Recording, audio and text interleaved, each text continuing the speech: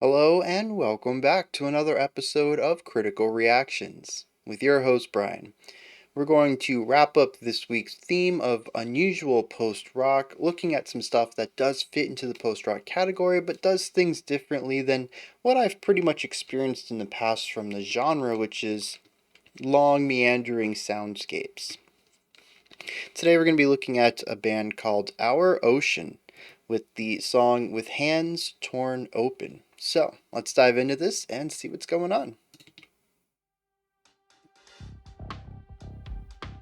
Starting off with bass, already going after my heart. Oh, kind of funky too.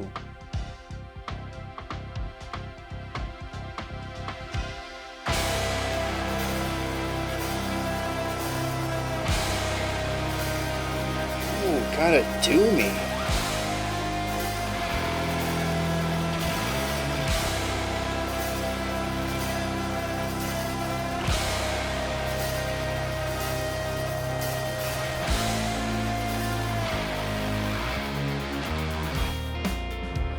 Ooh, what?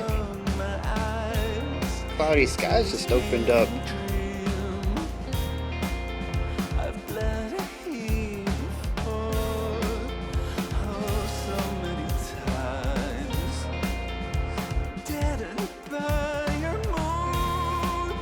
Man, what is the time signature here?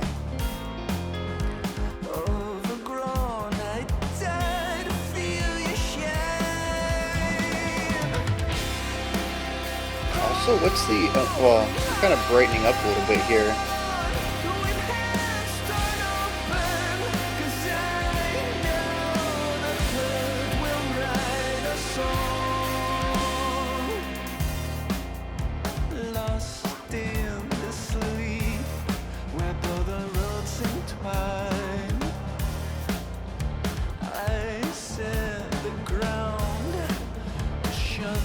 Puzzling signs, a near serving of the deafening I think we're in 15-16, but maybe it shifts too. There's also an ambiguity to the atmosphere.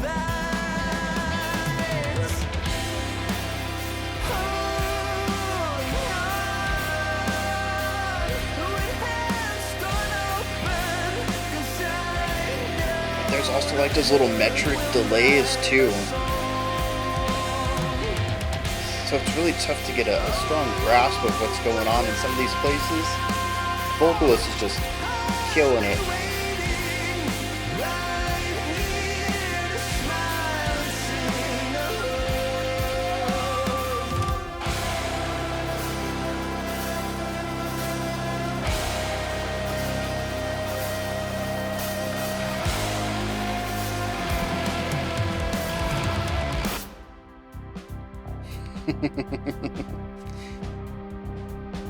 Oh, loving the ghost notes.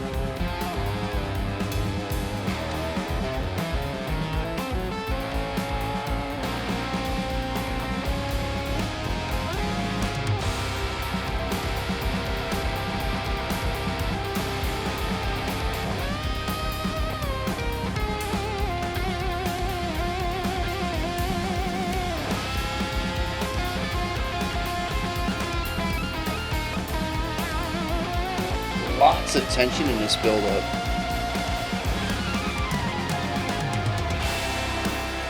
Yeah, really nice.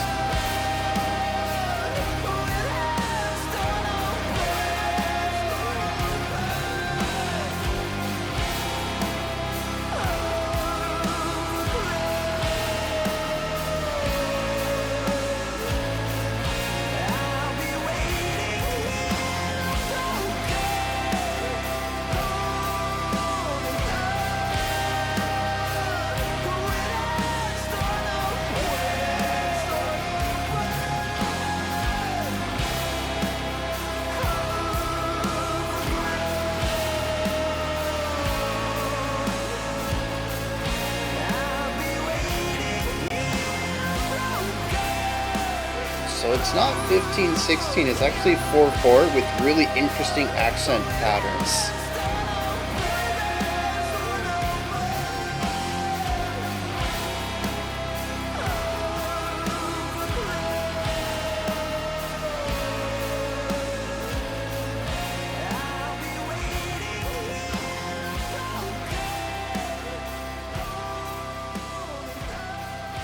Yeah, so that was interesting.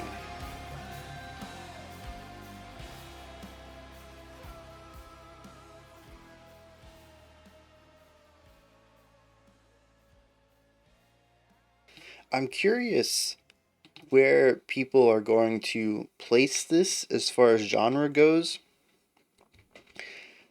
because kind of like yesterday, it's a bit further outside the realm of post rock than I think I would classify it as post rock. It has the leanings there, lots of textural things in the guitar work, highly repetitive elements, really focusing on atmosphere and soundscape over anything else, and allowing the listener to fully immerse themselves in a section before it moves on.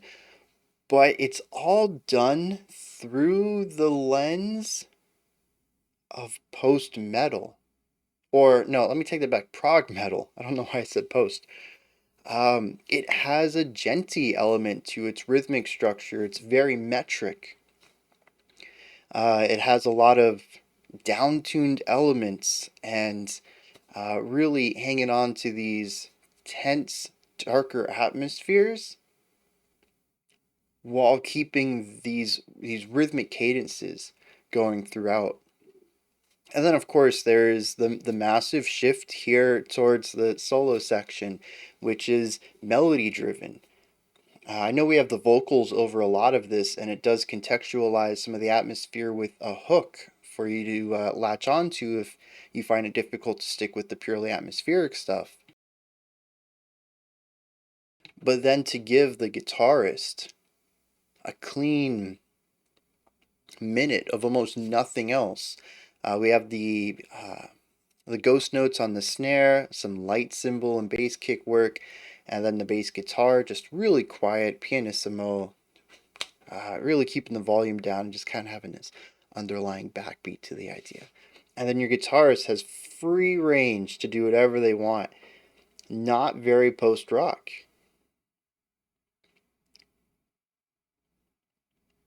But I can see the halfway point. And so, is this prog rock or prog metal, probably more specifically, with post rock leanings? Is this just atmospheric prog metal? I'm not really sure where I would classify this, but I do think it fits the week. It has post rock elements to it, but it's very different from traditional post rock. Um, and I find that fascinating. Usually, if I can't neatly fit music into a genre, I'm going to find it fascinating anyways. But more so here, where I'm not just like, oh, this is avant-garde, this is experimental, and I can actually like work my way into figuring out, um, kind of where it sits in all of that. So, what is going on musically though? A lot of this is metric stuff. I now believe the song is in 4/4. I need to listen to it again to double check, but at least the final section, which I think was a reprise of our opening, the song goes A, B, A, if I remember correctly, is in 4/4. It just has a really interesting accent pattern. Specifically, beat 1 does not get accented ever. Beat 2 gets an accent, and then our second accent, and occasionally a third one, is varied. Sometimes it's on 5. I remember one on 7, which had the 7 and then 2 back to back, almost, with just 8 and 1 being between them. But I mean, it's a 2 bar phrase. We're looking at 8 beats, and 2 is pretty much guaranteed. The other one's just kind of different every time, usually on the back half of it, but never on one. And so it makes it feel disjointed where our vocalist will begin their phrase on beat one, but then we get a snare crack on beat two, which is an unaccented beat for the vocals. And it creates this schism between the two lead rhythmic elements here, the vocals and the drums and the guitar and the bass are all accenting two here. And it makes it difficult to figure out what's going on. And so initially I had thought that the snare hit was one, which means that our vocalist was jumping the gun. And so that made it feel like we were lurching. So we're not in 4/4. You don't lurch on 4/4. So that's what made me think maybe we were just a bit shy. So I tried to count 16th notes, and it's not a slow song when you're counting 16th notes, when you're counting 4 hits per beat. So it's possible I miscounted a couple of times. I landed on 15 once or twice, and that kind of solidified it for me. I was like, maybe it's 15, 16. But that final bit at the end of the song, though, was 4/4. And it sounded very, very close to what we were hearing at the beginning. So that's kind of where I'm at with the time signature. I think the whole song is in 4/4. I need to double check it, but they find other ways through metric modulation and accent patterns to give the feeling of it being in an odd time signature. And they did a fantastic, they tricked me up for most of the tracks, so they did a good job of that. Um, but the guitars and bass primarily just sit on this rhythmic pattern. The uh, drums are polyrhythmic. We have the accent pattern on the snare, and then we have the disjointed accent pattern on the bass kicks. And I think the cymbals are typically always on, well, in the middle of the track. We shifted to them always being on the every other beat. So we get 4 hits in our 2-bar phrase on one. Was it one? No, it'd be 2, 4, 6, and 8. And there's our multiple layers of rhythms, which is how it's polyrhythmic. We have 2 different accent patterns and then the backbeat pulse. That is primarily most of our A section. Then we get the vocal melody on top of all of it. And the vocals are just so good. They're clean, they're crisp, the range is just phenomenal. And the way that the dude just hits these higher notes, like it's effortless. And I love that. I know not every vocalist can pull it off. A little bit's going to be talent, a little bit's just going to be genetics, where your range is at and what's comfortable for you. But I always love it when people hit really high notes and it just feels like it is the easiest thing for them. There's no strain at all. And it always works for me. And right here, so good. So we contrast this with our B section, and I kind of already talked a little bit about this, but the drums kind of chill it back a little bit. We get a little bit of a funky vibe going on with our ghost notes on the snare. So we do have a snare accent pattern against unaccented hits with a drastic volume change between the two. Light cymbal work, light bass kick work, the bass guitar also light. Like I said, this whole section is just very quiet. It's about minimalism right here. And trying to create a very sparse sound sphere. There's not a lot of movement going on. The vocals are gone. They're belting, powerful, lead melody element completely dismissed. Replaced with that is the guitar solo. So now the right side of the song is kind of empty. There's nothing over there. Our bass is on the left, our drums are center, and our guitar is kind of center right, but we've lost the balance on this. And they're taking over where the vocals were primarily. The vocals did the melody, now they do a melody. Really nice solo. You can hear a lot of the similar melody writing that was for the vocals in the guitar. Not that they're playing the same motifs or the same lines or anything like that. I don't think I heard any callbacks to what the vocals did, but it's very spacious. It takes into account a breathing element. Of course, you don't need to breathe to play the guitar. Well, you do need to breathe to stay alive to play the guitar, but you don't use breath to make the instrument make noise. So there isn't a necessity for breath. But there is an ebb and flow to the guitar work where there are pauses between ideas. And I'm just a real big fan of that. I think it provides nice pacing. It could just be that, I have a history with jazz, um, well, specifically trumpet in jazz. And so I'm used to really paying attention to solos that are paced in a way that feel like conversation. And I don't think I've ever acknowledged this before when I talk about my preferred style of soloing. But that might be one of the reasons I'm not a big fan of shred, is that it doesn't feel conversational. It sounds like a one-sided yelling match. You don't ever give a pause for natural phrasing components to it. So this guitar solo, though, we had a little bit of showmanship in it, a little bit of some faster playing, but the overall phrasing and holding on to notes was just really gorgeous. And like I said, it mimicked some of the compositional ideas that went into the lead vocal melody as well. So it was really nice just to, whoever writes the melodies on these, this is definitely my style. Big fan of it. What does all of this mean, though? So we start out small, just the bass, I think, and then we introduce the drums and then the guitar, and we sort of build up into our verse, and we layer in the multifaceted rhythmic elements, and then we hit the peak, which is our verse.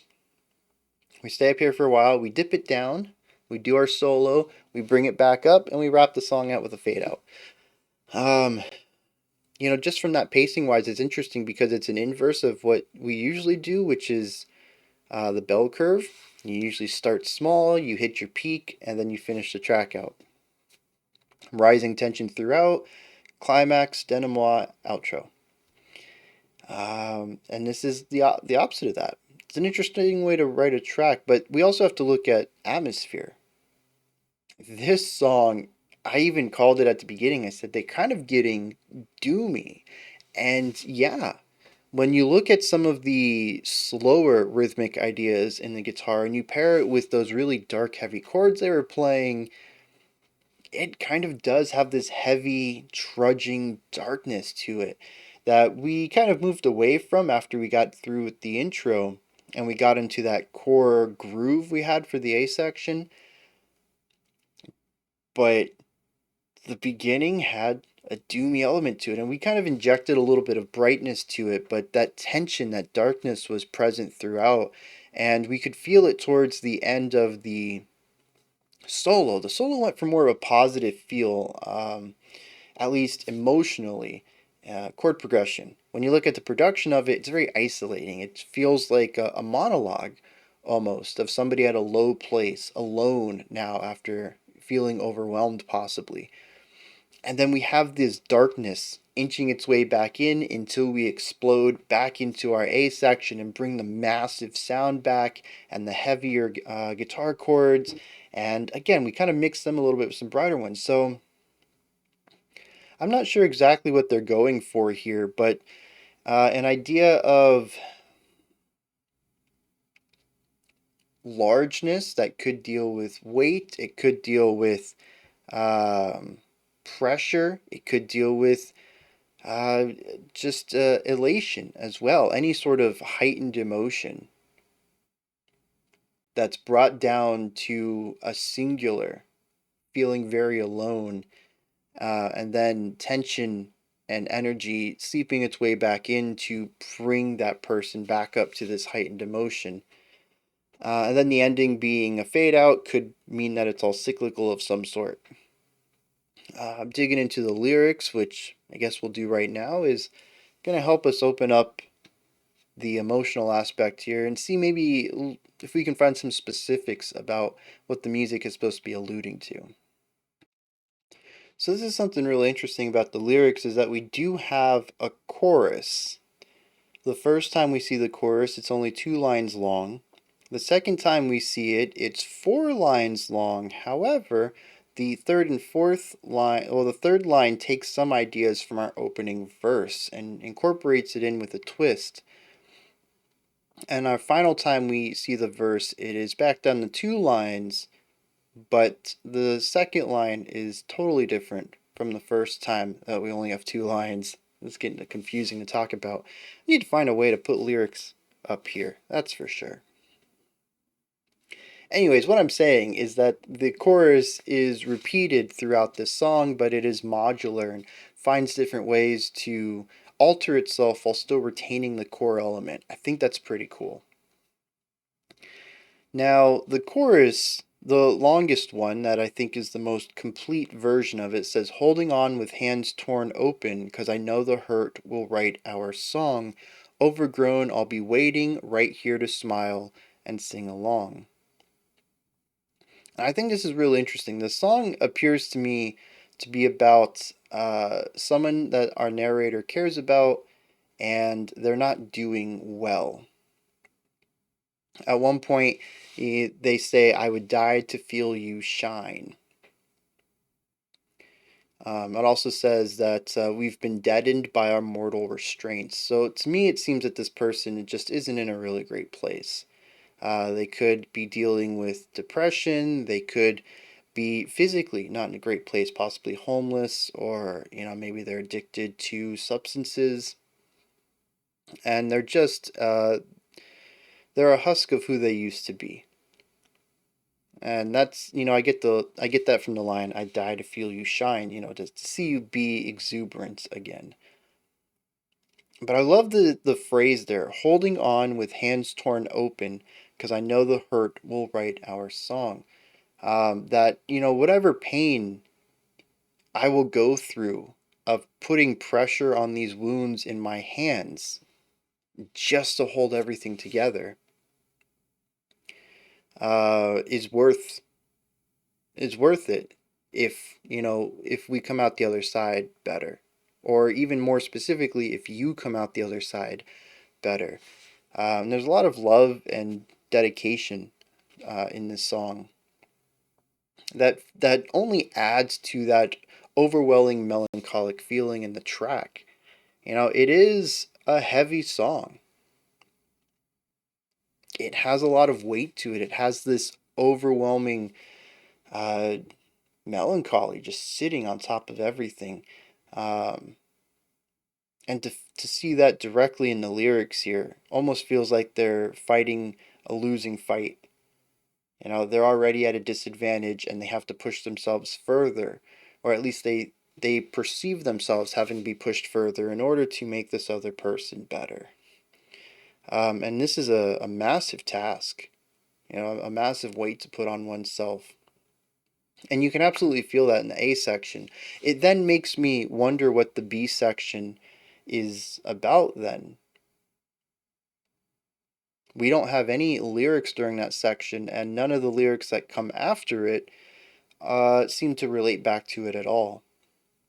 At best, I can view it as an internal dialogue, or even as I stated earlier, a monologue. Somebody who feels that they have no one to rely on with this massive task, and so they have to be their own hype man. You have to find that positivity within. No one else can be your support while you're the support for someone else. And that feeling of loneliness, I think, is what the B section is supposed to convey. And trying to muster up the strength to continue to push on, to be this rock for this person that they still have a lot of work to go through. So, those are my thoughts on Our Oceans with Hands Torn Open. I probably missaid that title a couple of times here because as soon as I read it, all I thought was Creed with arms wide open. And so, like, the whole time I've been doing this video, I'm like, don't say with arms wide open. Don't say with arms. And I'm pretty sure at one point I said with arms torn open. And it just, the more that I told myself not to do it, the more I felt like I was going to do it. And I didn't want to make the video about it. So we put it in this outro here. If you've made it this far, I guess you can have a laugh with me. Everything else has been pretty serious about the track. Those are my thoughts on With Hands Torn Open by Our Oceans. Let me know what you thought. Did you enjoy it? Was there anything that stood out to you? Anything that you'd like to add on to what I said? Correct me on, or give me your own perspective on. Put that stuff down in the comments. Above the comment section is a description box. In there is a link for Linktree. It'll take you to this menu right here. You can find ways to support the channel, a link to the Discord server.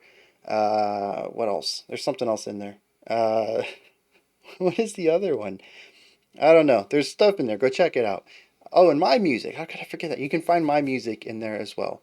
Above that, if you could, like, subscribe, and ring the bell. I greatly appreciate all three of those. We have two more videos coming up today, creator request and a special selection.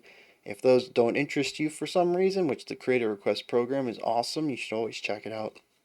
I'll be back tomorrow. We have a album review. Sunday we have our live stream, and then Monday we'll be back with next week's theme, which I'm not going to spoil, but I'm going to tell you we're kicking off the week with the longest song we've ever had on the channel. Until next time, remember to be critical, not cynical, of the music you listen to, and have a fantastic morning, afternoon, or evening, whenever you choose to watch my videos.